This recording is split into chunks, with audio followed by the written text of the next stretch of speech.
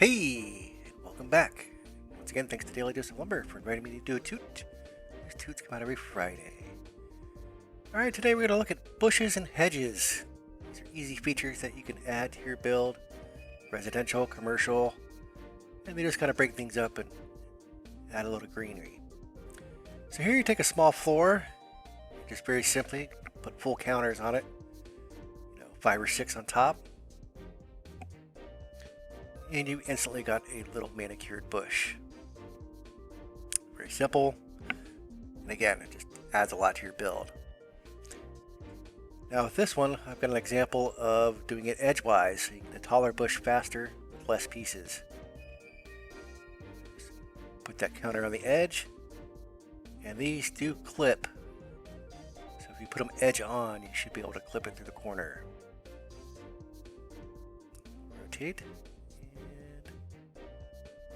If you look on it straight on or edge on, usually you can sink it through. This one gets a little trickier because you're doing 2 at once. Usually if you flip it twice while you're flush, you can get it to seat. If you get a little closer here, edge on, flip twice, and there it goes.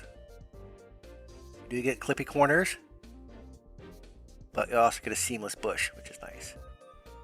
And at this point, you've got a hollow bush, so you can add lights. These lights are a little harder because it's hard for them to get turned right unless you put it in before you put the top on. But you can put in can lights or the twin lights. And the card at the top will show you my lighting video, which goes in more on that, on how to hide your lighting. Alright, let's get the top on. And there we go, a small bush, big bush. Definitely looks a little overly manicured, but that could work for your commercial building. Now we've got hedges. You can make these as long as you want. And usually if you stagger it a little bit, it'd make it a little more believable. I've done a full counter stagger here. One in, one out. But you can certainly make it smaller. And to get this, you have to make it flush and then put another one behind it and then pull the front one out again. The counters are definitely tricky. And unfortunately, you're constrained to their sizes. Sometimes you can fudge it with a half counter.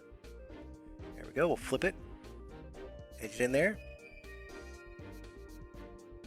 And the good thing about this is that you can hide things behind it.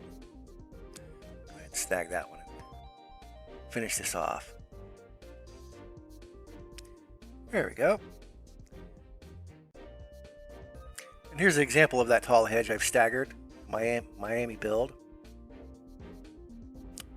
And then those bushes are all hollow and I've got can lights in it, illuminating up. And that's just one big long one that's also hollow, which I've got neon lighting in. Now here's the same thing in green.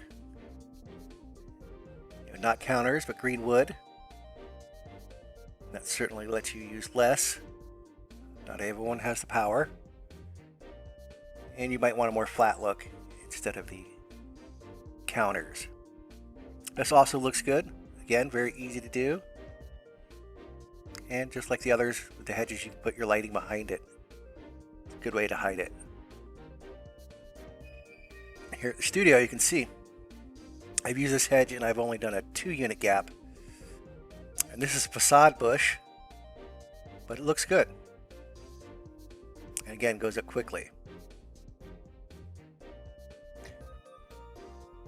Bushes and trees are challenging at times, but they sure add a lot to your build. Here I've just got straight wedges. This looks kind of like a pineapple bush. Just put a post down and take some wedges and fiddle with them. And, with 1-1s and 1-2s, a dozen pieces and you've got a little bit of foliage. Alright, good luck. Again, thanks for coming, and we'll see you again next time. Thank you so much.